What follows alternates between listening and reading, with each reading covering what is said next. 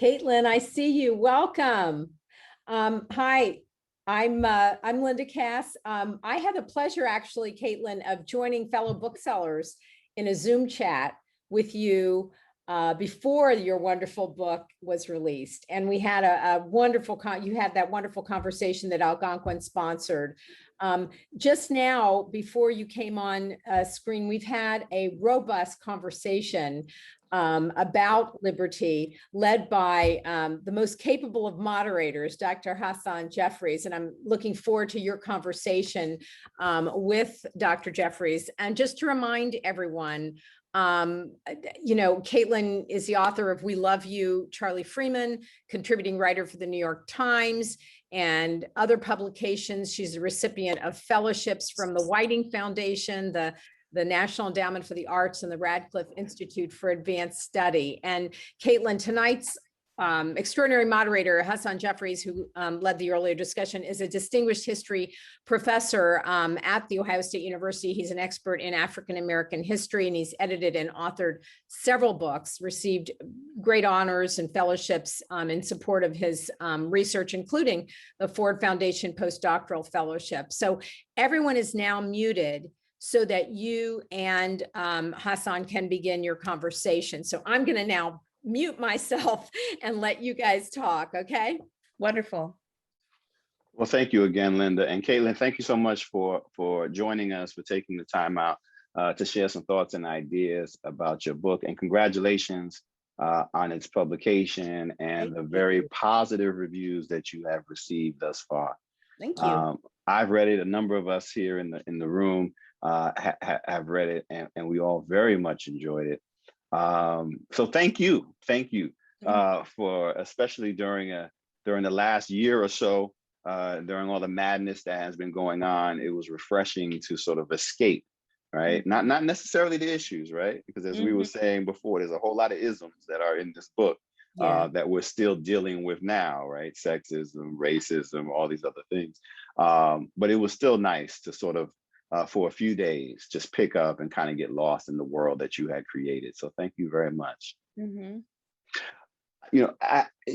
A question, and this is partly the historian in me and partly the person who appreciates, admires, and is somewhat envious of those who are able to write fiction. What was the motivation for writing this story set in this time for you? Sure, there were a couple different motivations. One of them was my first job when I moved to New York City was I worked for a place called the Weeksville Heritage Center, which some of you may be familiar with. I'm sure you're familiar with it. And it's dedicated to the history of Weeksville, which was this free Black community that was founded in central Brooklyn. So we're talking Crown Heights area in 1838. And it was founded explicitly as to build Black political power at that time in New York. To be able to vote, you had to be a male and own a certain amount of property. And so these Black men got together and they said, let's just buy a tract of land in a part of Brooklyn that nobody wants. Let's cut it up into smaller lots. Let's sell it to other Black families. Let's make this political base so that we can have some sort of say in our political destinies, as we enter freedom. So it was a site of so much sort of resilience, and schools and newspapers and people escaping slavery lived there, abolitionists lived there. It was just a really vibrant community. And I worked for, as I said, in the Historic House Museum that was dedicated to sort of preserving that legacy. And so we were doing oral histories with descendants of people who had passed through Weeksville. And one of them was this woman, Dr. Susan Smith McKinney Stewart, who was the daughter of one of the founders of Weeksville in the 19th century. She became the first Black female doctor in New York State. We spoke to one of her descendants, and assuming that we would sort of get like a general family history. But her descendant is this extraordinary woman named Ellen Hawley, who, if some of you paid attention to soap operas in the 1970s, you would recognize her name. She was a Black soap opera actress. She was famous in the 1970s because she was in the first interracial kiss on daytime TV. She wrote, she's not only an actress, she's also a genealogist and a family historian. So she wrote this really extraordinary history of her family, tracing it all the way back to the 1700s. And she told us this amazing story about the doctor who was her, I believe, like her great-great-grandmother. And the doctors had a daughter. Dr. Susan Smith McKinney Stewart had a daughter who married the son of the Episcopal Archbishop of Haiti, moved to Haiti at the turn of the 20th century, fell in love with the country there, but her marriage sort of fell apart.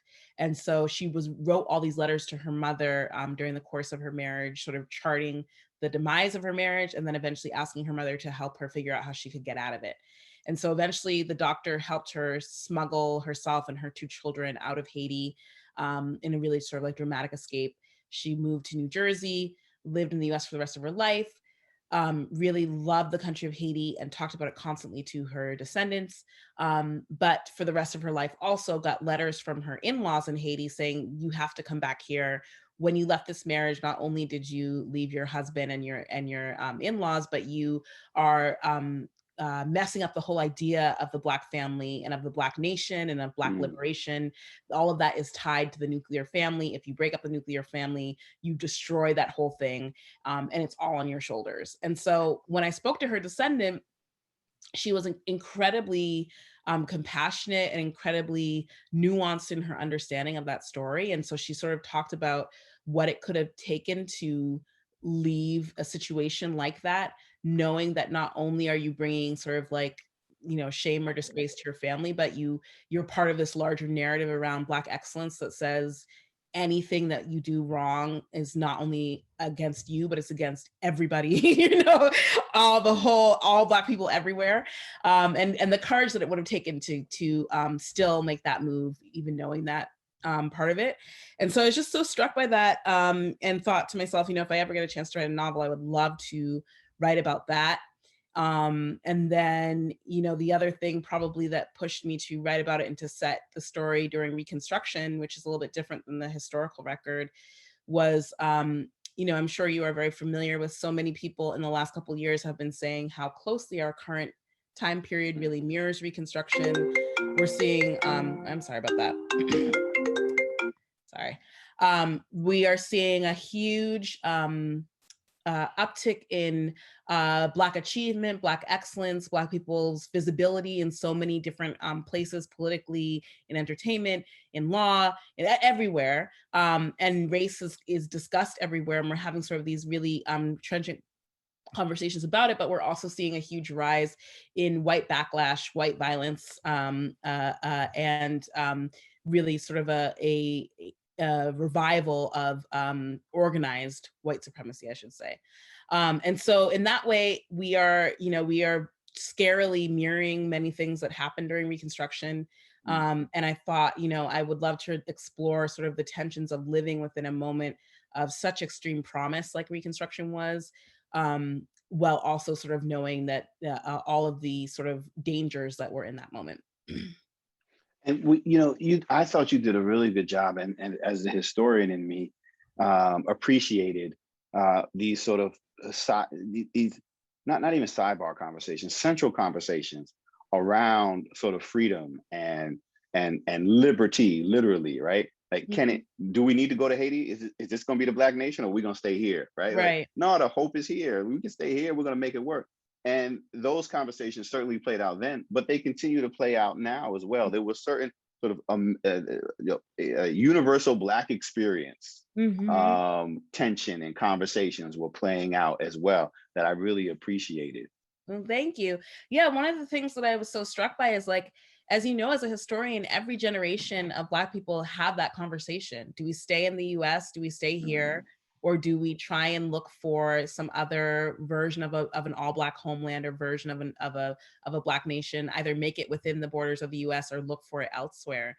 And it's a continual conversation that we have and has never fully been resolved, I think. You know, I think every you know, when I was in the classroom and I was teaching, you know, undergrads, they would have these conversations. And I would think, we had these conversations in, like, you know, when I was an undergrad in like 2000, you know, but like, it's just so funny. And I that's not to say like that the students don't know, because they do. We're facing the same things, and it's an eternal question around what is freedom going to look like, and how do we safeguard our freedom in a country that oftentimes sees it as a threat.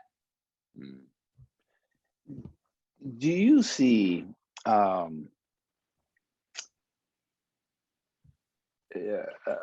Libertie's husband as is he a heroic figure? Is he a misguided figure? Is he a naive figure in thinking about not only sort of his relationship with his wife, but also his relationship with his father and his sister, his relationship with Haiti? Like how, like at times I was like, yeah, he's a cool dude. Then I was like, maybe not so much so. Like, you know, he's forward thinking, like, maybe not so. You know, or is he just sort of conflicted the way we are as men, right? And this is just the way it manifested at the time. I think he's conflicted the way we all are. You know, he's conflicted in the way that, you know, I thought I wanted to make the relationship between them be, of course, believable on the page, and I wanted both of them, that a reader could understand why they were both drawn to each other. And I think Emmanuel, just as Libertie is, you know, the novel is from Libertie's point of view, so we get a lot of her interiority, and so we get to hear her inner thoughts. But if you were to see it from Emmanuel's point of view, she would probably be just as inscrutable, maddening, contradictory as Emmanuel is to her, because they're both in this relationship, in this marriage, not really sure what husband and wife is supposed to look like, what those roles can mean to each other, and they're trying to define them for themselves, working off of sort of incomplete models, and trying to come up with a version of that relationship that's going to work for the two of them. And Emmanuel is in, you know, in the course of the book, he's so beholden to his family that finding that independent definition of husband and wife and what that relationship will mean is really difficult for him. But what I wanted in the ending is to leave it open that you could imagine them reuniting in some sort of way. You could imagine them figuring out a way back to each other. When I was writing it, I saw that movie Cane River. It's on Criterion Collection, I think, right now. It's a movie that was made in the early 80s, and it didn't really get a wide release, but it was made by this Black director about this couple who fall in love, and they're both from Louisiana Creole country, and he's light-skinned, she's dark-skinned. That's part of their romance, but not the whole part of it. They're also from different social classes, and they fall in love, and the ending, she leaves, but it's clear that that they can find a way to get themselves back together again. And I loved that open-endedness and that ability for a reader to imagine some other version of the two of them coming together. And that's what I wanted for the novel. Yeah, you know, as I got to the end, I was like, oh yeah, he's gonna go get her, right? I mean, yes, I hope so. He's gonna go get it. He's gonna go get it. But again, it may be more hopeful, right? Yeah. More wishful, because then, but maybe, you know, is he going to be able to, right? Is, you know, can he extricate himself from that situation and the building of the nation, right? Yeah. But if it's tied to the family, who knows? We have a couple questions, so let me ask. Suzanne asks, even in a time of the promise of freedom, you remind readers often about the rigid expectations regarding Black people's skin colors and other hierarchical aspects of society. What's your thinking on the relationship between hierarchy and equality? You know, that's a great question. I mean, one of the things that I sort of thought about a lot when I was writing was how much definitions of freedom are conditional, and how we perceive other people's freedom is conditional. So, you know, how someone experiences or understands freedom really so much depends on their gender, their age, their social class. All those things go into also what we expect, how we expect somebody to perform freedom. And so Libertie has some privileges. You know, she's the daughter of a doctor, she's literate, she grows up in a financially stable home, she's born free, she lives in this free community, she lives in this all Black community for most of her life. But her disadvantages are her age and her gender, and in some situations her darker skin color. And so I wanted to sort of play with that sort of shifting hierarchy for her and those shifting privileges for her, and for the characters throughout the novel who she meets, who are, you know, Ben Daisy is living a version of freedom, right? Like, he's not very happy about it, but he's living a version of freedom, and he's living a version of liberation that her mother doesn't really understand, and that Libertie is trying to figure out as a child. And similarly, when she goes away, she meets Mrs. Grady, who she first assumes is not free, and then realizes she's entirely self-determined. She has determined the life that she wants to live. She's living the way that she wants to live. It's not the way Libertie would choose to live, but it's that woman's version of freedom. And so I want to sort of play with those things. Thank you. Pat, we're going to come back to your question. But Kaitlyn, you mentioned Ben Daisy, one of the first characters we meet in the novel. Sam asked this, connected to Ben Daisy. The lady in the water fascinated me, especially when Libertie started writing to her. What inspired you as the author to come up with that character, the lady in the water? A couple things. So when I knew that I wanted the part of the novel to take place in Haiti, I was researching a lot around voodoo, and I was trying to figure out how I would incorporate elements of that throughout the novel, so it didn't just sort of only appear once the characters got to Haiti. And so the woman in the water, she has different characteristics of different Loa, but mostly she's Erzule. I'm going to mispronounce her name, but who is the Loa around sort of like femininity and flirtation, but also sort of loss. Like, my favorite story about her is that during her ceremonies, when people are possessed by her, they're sort of really flirtatious and they're dancing around, and they mimic sort of putting on makeup and getting dressed.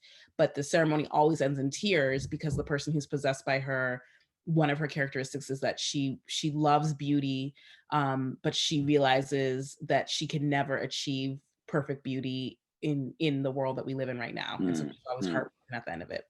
And I just thought that was so beautiful and really evocative. And so I started to read a little bit more, and her figures like her and with her characteristics appear in religions throughout the African diaspora. And I wanted really to make that part clear as well, that, you know, our communities are in some ways in conversation with each other, and have been for a very long time, and share these cultural touchstones. Even if we don't necessarily share the exact same names or the exact same ways of worship, these characters appear over and over again. Thank you. Pat asks, Libertie's interiority is powerful. It seeps into the psyche, and in my case, in Pat's case, into her own dreams.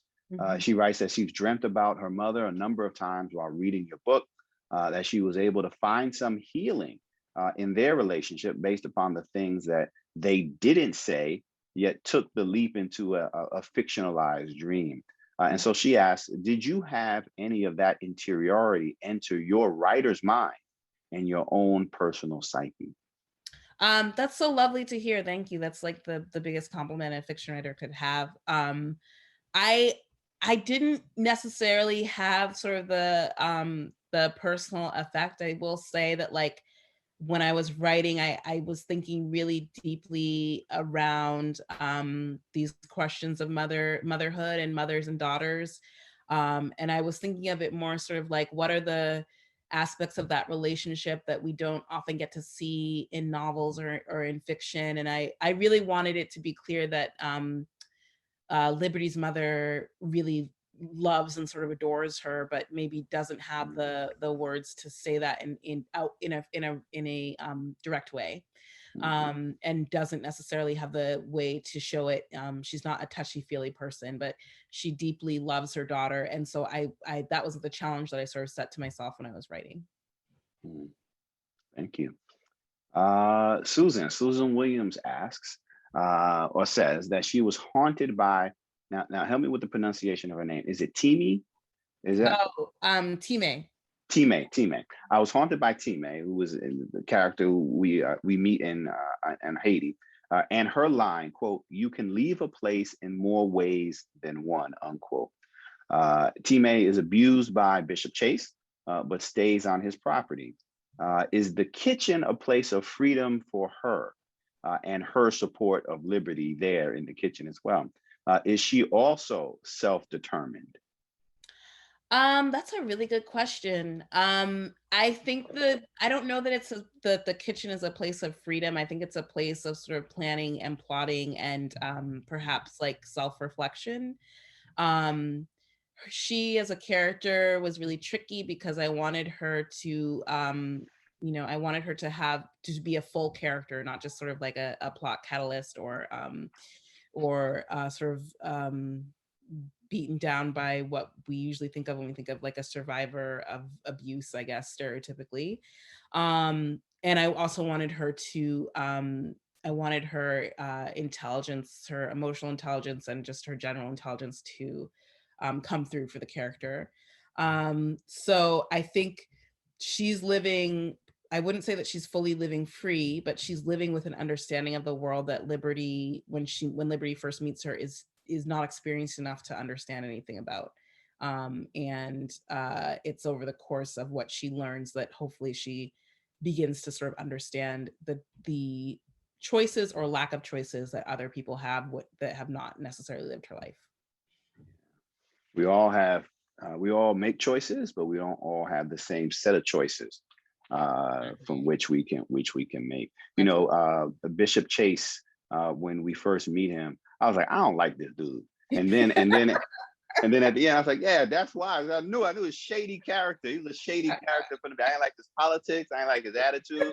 And there was a reason why. So that came across clear. Renee asked the question, Kaitlyn. Renee asked the question. She said, with the setting and Haiti and the interest in that space, Kaitlyn, are you a fan of Edgewitch Danicat? Yeah, I'm a huge fan. I love her writing. I read her book After the Dance, which is a really short book that she wrote about Carnival in Haiti. It's fantastic. I highly recommend it. And then she also has a craft book, of a craft writing book called The Art of Death. That's about writing about death. It's like part memoir about the people who she's lost in her own life. And then it's also about like, how do you actually write about this event, which is also really fantastic and I recommend. And she did an event with me about 2 weeks ago for New York Public Library. I think they recorded it and it's on YouTube. It was a real sort of highlight of this tour. And I talked to her, actually. I went to Haiti for a really short period of time, about 5 days when I was writing the book. And I spoke to her before I went just to sort of get an idea of what her suggestions would be or sort of lay of the land stuff. And she was extremely generous and kind. So yeah, I'm a huge fan. You mentioned that you took a trip to Haiti as you were writing the book. I was wondering if you could share a word about your both your research process and just generally your writing process and how much research goes into it, how much of your story arc you already have in mind when you sit down, and how much of it just sort of emerges organically as pen sort of hits pad. Yeah, a lot of research went into the book. I was really daunted when I sort of realized what it was going to be about and thought of sort of the research part, particularly the parts about Haiti. I'm not Haitian. I don't speak French. I don't speak Creole. I had never been to the country before. I'd read about the Haitian Revolution, but this was even going to be set 70 years after that. So I was like, I don't even feel comfortable about this time period that it's set in. There was a lot of unknowns. So that sort of really scared me from writing for a couple months until I sort of realized that Libertie, the character, as she moves through Haiti, she's an outsider. She's not from that culture. She doesn't speak that language. She's going to get things wrong. She's going to misunderstand things. And once I sort of realized, oh, that's part of the story is her making mistakes. That sort of like made me feel freer as an artist to just research and sort of like leave it up to time. If I get things wrong, it'll get wrong. But hopefully I'll do as much as I can to make things go right. Like when I gave this draft to a Creole speaker, a Haitian Creole speaker, he was fantastic. I gave him the draft and he was like, wait a minute, what time period are they speaking in, and like tell me the social class of everybody so that I can get like every accent like completely correct. I was like, oh my God, you're a godsend, thank you. So like stuff like that was really helpful. And that was not me. That was a really nice man who I met on Twitter who agreed to translate the book and do all that stuff. So so yeah, the research was really daunting at first, but I also really enjoy it. So it was also a little bit of fun. And then in terms of my writing process, I am sort of a classic overachiever, overdoer. I'm usually working on 4 different things at once. So this book was a little bit different because I had a fellowship when I was writing most of the first draft. So in the first time in my life, I had just a stretch of time where I didn't have to do anything except write. And so I was able to do the draft pretty quickly because of that, because I was just sort of focusing on, it was a really different way of working than how I've ever done it before. But then when I was doing rewrites, I had just had a baby, like literally about 3 months before I started my rewrites. And that was a whole other ball game. That was, you know, so.